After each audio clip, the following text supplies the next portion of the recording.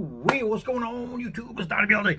Alright, today is the day I think I'm going to start peeling this thing apart and figuring out what's going on with this.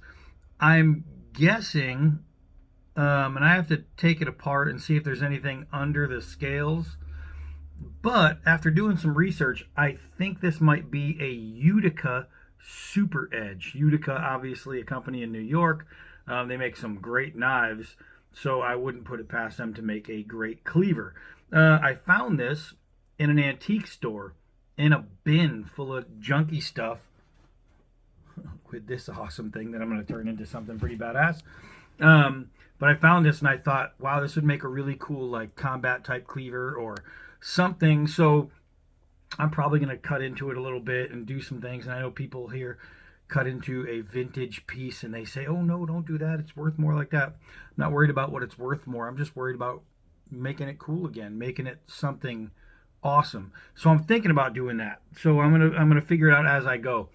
But you see this little hole right here, that's so you can hang it, right? So the butcher can grab it and start butching. So you'll see this curve area. The reason they did these on cleavers, the curve area, was so they can take like a wooden bat and pop, pop, pop, pop, kind of baton through bone and things like that. And there's this ridge line right here that folds over. And what I thought it was a piece where they'd create the weight. I thought it was going to be for balance, and that's what that would be for.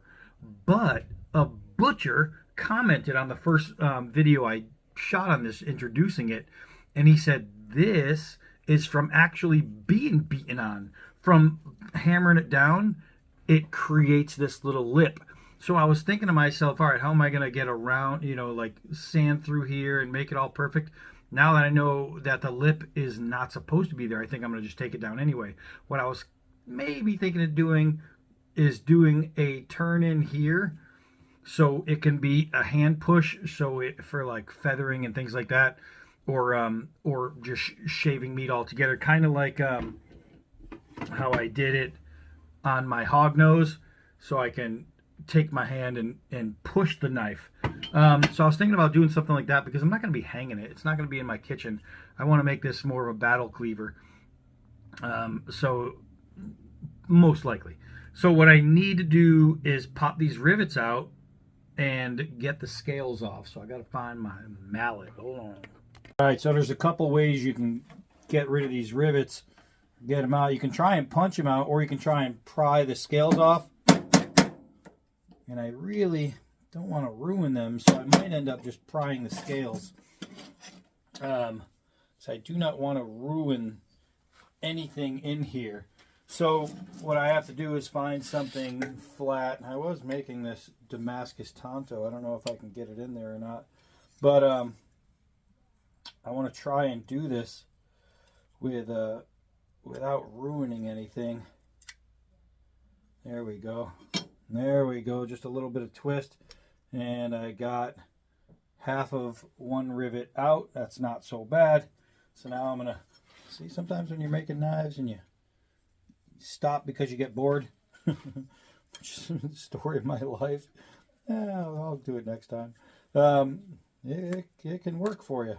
It can work for you. So I just want to go very, very carefully because I do not want to ruin these scales because I think I'm going to reuse them. And let's see. It's working so far.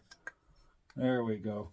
All right, so I got one side completely out. Now I'm seeing some cracks, it looks like, in the scale.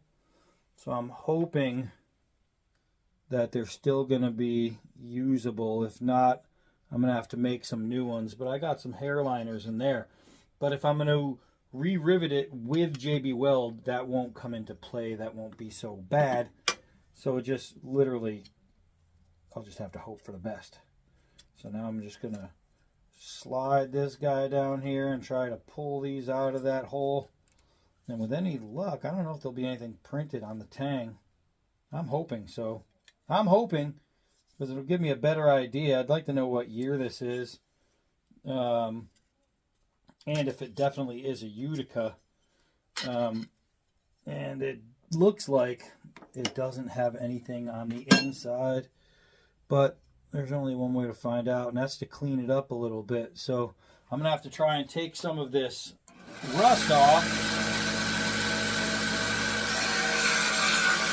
and I want to go to a flat, very, very flat sanding disc. And I don't want to remove a lot of material, just rust. So I'm going very light. You can see it's just taking off all that oxidation there.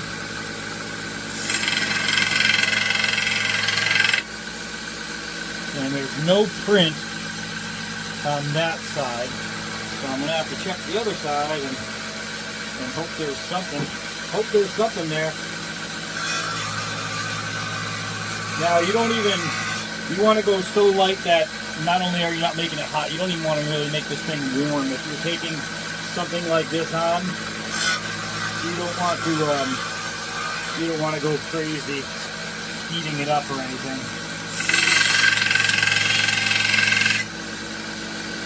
And it looks like there's no print on the tang. So the tang is completely bare. Cleaning it up.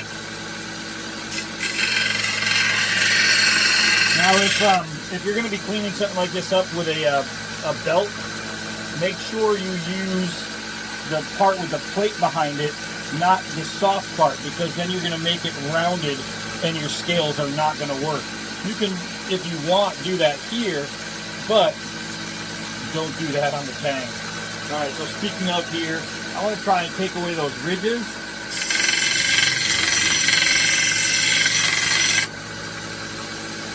And that could go pretty easy.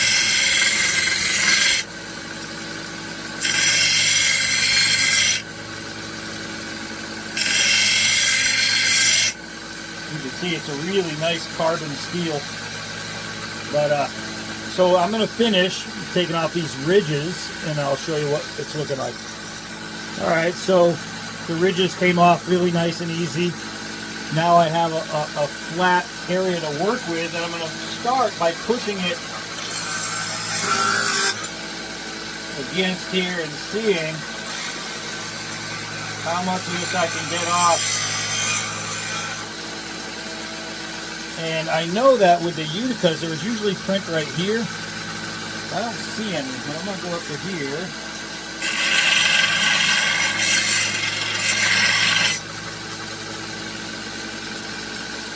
And I don't see any print.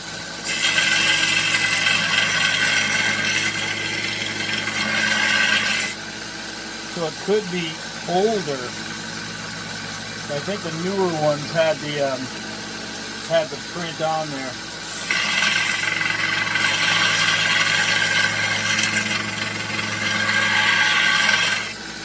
And it would have been etched in, so it's something I'd be able to see. And I see maybe something here, and it could just be scarring. I think it just might be scarring.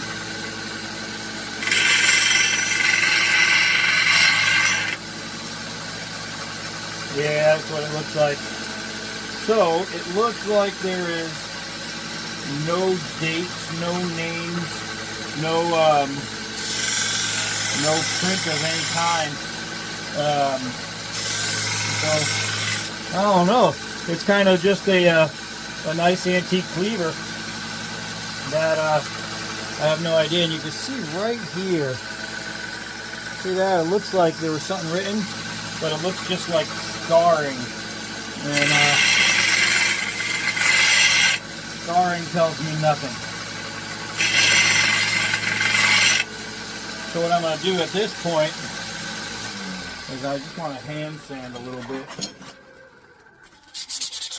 Just in this area right here. And see if I can get anything. It looks exactly as I thought. It looks like there's nothing on this piece to give it any indicators on what it could be.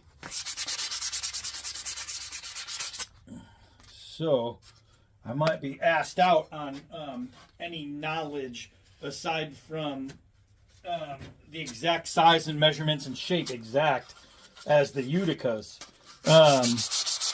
But it could be just before they actually started doing the print on the blade, so this could just be one of the really older ones. And if so, then that's good. It just makes it that much cooler. If there's no print, that just tells me that it could just be an older piece. If you know anything about it, let me know. But as you can see, I mean, this is how easy it is knocking the rust off a blade. So if you're in one of these antique stores and you see like an old blade, an old knife, an old something like this, a cleaver, and it's kind of rusted like this one was, that doesn't mean it's done. That just means you got to take the rust off, and it's still going to be good. It's still going to work. A video just shut off mid-filming. I guess the trash was full on the camera, or the stuff was full. All right, so basically what I'm going to do now is I'm just going to start really taking down the scratches and everything that's in here that I don't want in here. And I'm going to try and polish it up a little bit. And you can see right here there was a heavier rust spot. So it's actually, you could feel it going in than the rest of the knife. I really like some of the scarring, and if I can keep it, I'm going to. But yeah, I think what I'm going to do is put a little patina in it, and I really want to cut off this part, and maybe even I don't know, maybe even make it like a giant sheep's foot. I could do that, make it really cool. I don't know. I'm starting to even like the little cleaver look to it. So what I'm going to do is I'm going to play with it. Just take off a little bit of more of that, and see where it gets to. And then I'm going to start to finish up this edge a little bit. So right now, I'm just going to hand sand. And I know you don't want to watch me hand sand, so I'm just going to do that, and I'll show you what I got. All right, so as I was working this edge, there was a bunch of chips in it. I already removed those. But I noticed this huge dip right here where the blade had been worn.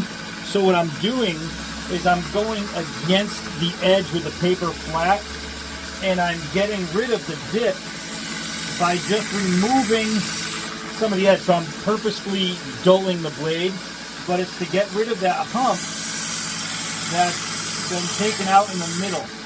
So I want to make it so it's nice and smooth all the way through, and one even area. Like I want it to be almost flat. When I roll it, I want to be able to see no light, so I know I know that the edge is all even.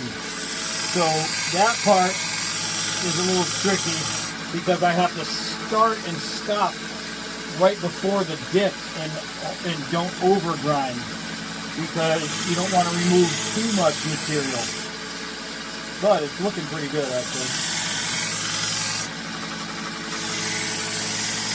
This is the best part about being more than just a knife reviewer. I got to be good.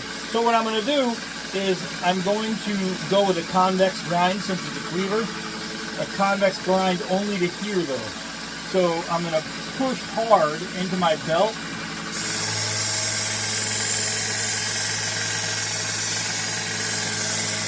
And I'm going to give it an edge that I just took off. So this will be nice and round.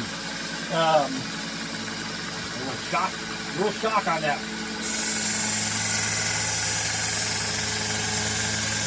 And what's going to happen with this is it's going to end up creating its own edge, right? So I just have to do a whole lot of that going back and forth. And I'll show you what it looks like. All right, so the edge work is coming out nice. All right, that's coming all along. I just started this side, so you can see it's a beat up looking edge. I need it to look like that one. So this takes a little bit of work. All right, so to get that patina look, I got the edge nice. To get that patinaed look, what I'm doing is I'm taking a belt and I'm just wrapping it around. This is a belt cleaner.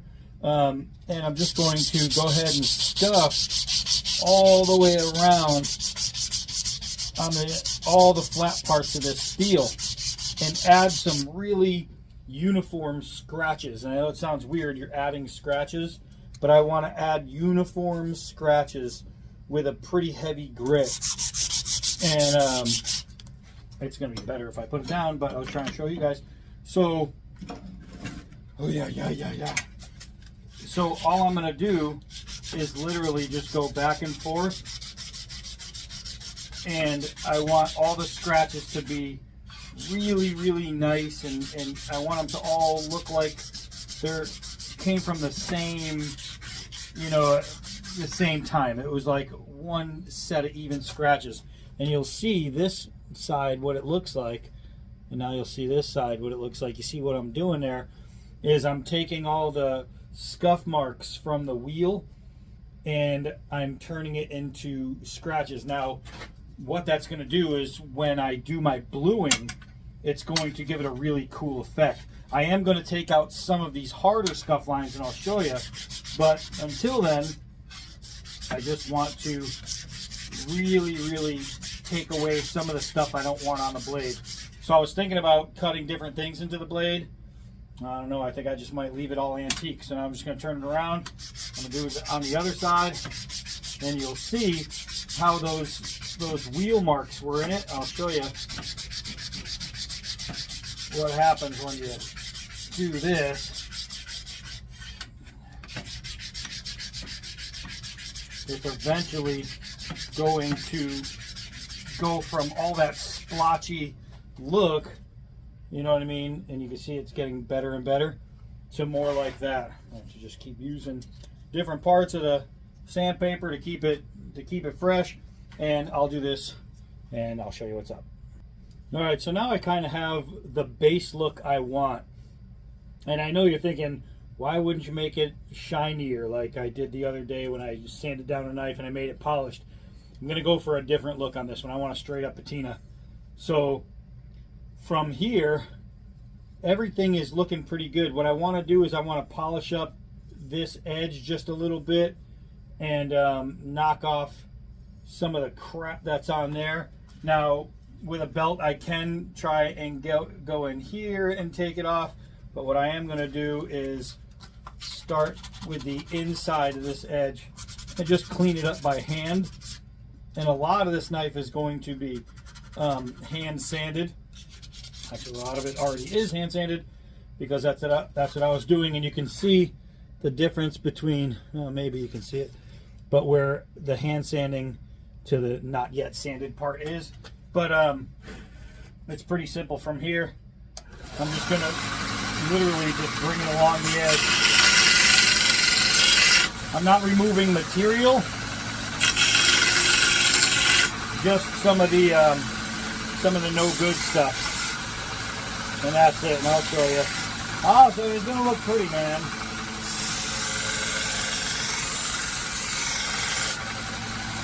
So here you can see there's a lot of like banged up nicks. I think you can see it, where here there's not, because they weren't hammering on the handle. So some of those nicks, I might use a stone and grind them in a little better and give it better scarring. Either that, or I can do it with this. And if I use it at an angle, let's see.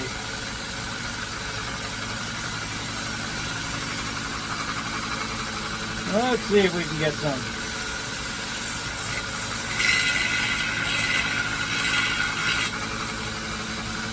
So I'm going to do a couple of these long scratches.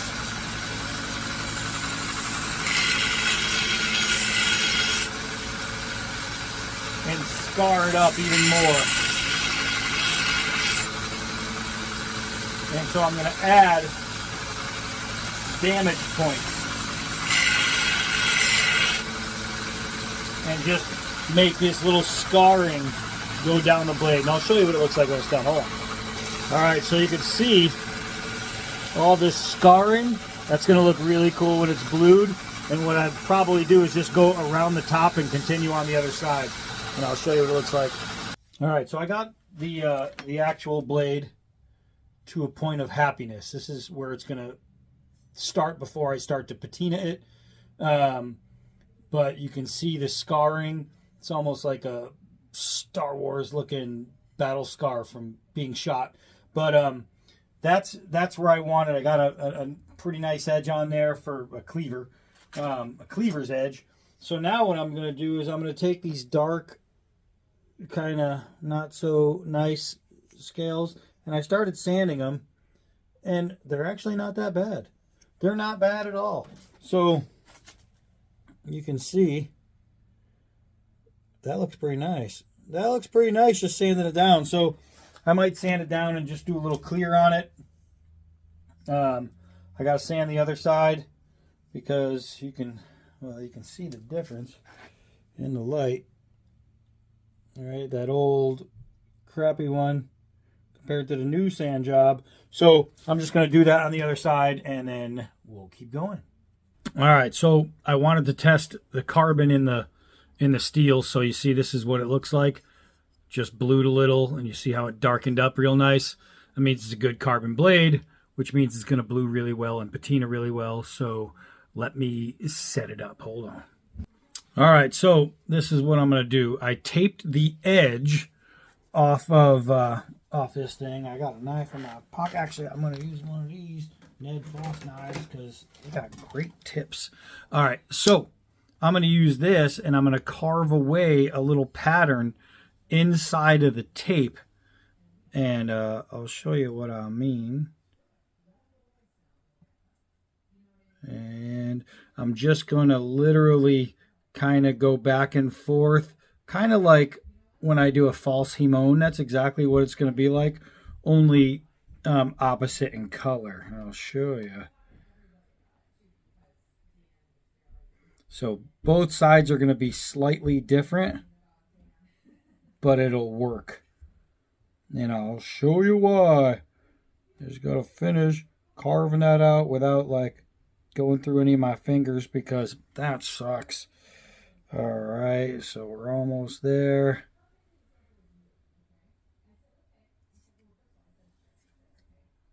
I'm at the end. That's the part where I got to be careful and not cut myself. All right, so now that I cut out a pattern, I just have to peel away the part that's cut. And this is, there we go. It can be a little tricky if you don't get it right.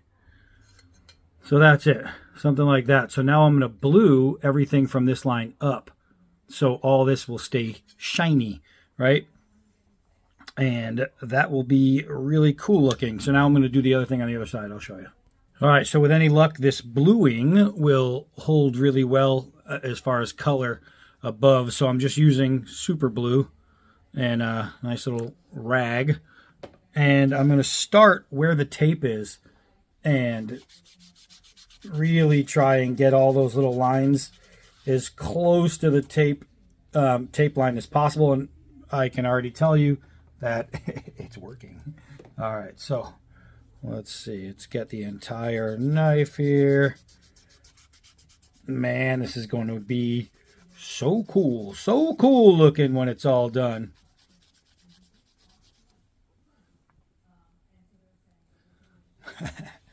I'm almost to a point where I can show you, I promise.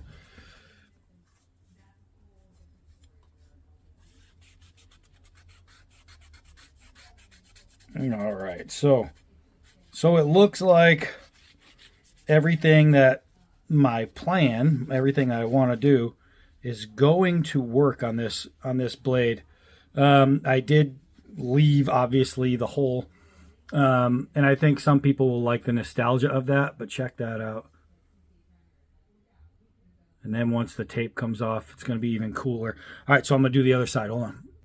All right, so I blued both sides. Now I'm going to take off the tape and see what we have. And it should be really rustic looking. And I think it looks pretty cool. I'll show you. I promise I will. But let's get the tape off the edge. And right on. Right on, man. Put that over there. Check that out. How cool is that? That's all hand done. Everything. I'm gonna glue the edge all the way around now. And I already put the cap on it. I don't know why. I knew I had to do it, but I was like, oh, let me take off the tape and I'll just do all that. All right, so let's get this done real quick. Let's get this done real quick. So, man, I don't want to hit this area though, so I'm gonna come back around. Man, this is so super cool. Super, super cool. All right, so let's see here. Let's see. Now you can see the scarring pushed into the blade. You could see it's like almost rainbow colored inside of the bluing. Look at that. Look at that. The harder you rub into certain areas, and then the softer you rub, you can change the color of your blue as you go. And that's what I was doing. I was really putting it heavy there. Then I took it off. And it's just cool. It's just cool. So now I got to put the scales back on and keep going from there. But this is one rustic looking nasty cleaver. This thing is awesome. So scale time. Hold on. All right, so what I did is I taped off the area where the scales are going to go to, right? So I just kind of did that. I just put it against it, put the tape down. That way I don't get the glue all over the all over my nicely blued edge. So now I just got to find what I did with the glue that I used on the last one, which is somewhere around here, and I need to glue it down. Hold on. All right, so with the scales on there, right, looking pretty cool. What I want to do now is go back down, and the scales should have been the same on both sides, but putting them on, it looks like they probably fit one way better than the other. So all I'm going to do is I'm going to take it down to the grinder, and I'm going to flatten that out and maybe take a little bit of steel away from there and get that all situated. So let me go grind that real quick. All right, so this took a whole lot of work. This project was pretty involved, but I love it. I have this like beeswax stuff, and I did the grips in that, and they look beautiful. Everything is just really cool. Really, I mean, it was obviously a lot better than how I found it. It's got some scarring. It's got some bluing. It's got some patina. It's just really, really cool. I can actually chop through a piece of meat with this. I think that's the last thing we're going to have to do is we're going to have to go and chop through something with that. I got some what do you call it, on the blade, some tape on the edge. So I have to find something to clean up the edge with.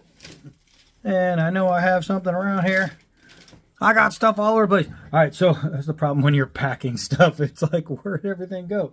All right, so I'm going to clean up this edge real quick and then just cut open something. All right, let's get this thing using. So I made the stromboli the other day. And let's see. Wow, that went through a lot easier than I thought it was going to do. Nice edge on that. I mean, for a cleaver, that's pretty good. That's pretty good indeed. All right, so you can see how very clean those cuts are. This edge was in bad need of a makeover. It got the makeover it needed for sure. Look at this. Just cutting meat up real nice. I'm telling you, man. I'm telling you, this little project turned out to be pretty darn good. All from a find in an antique store. You just clean it up, fix it up, bada boom, bada bang. Now I don't know what I'm going to do with this. If if I have an interested buyer,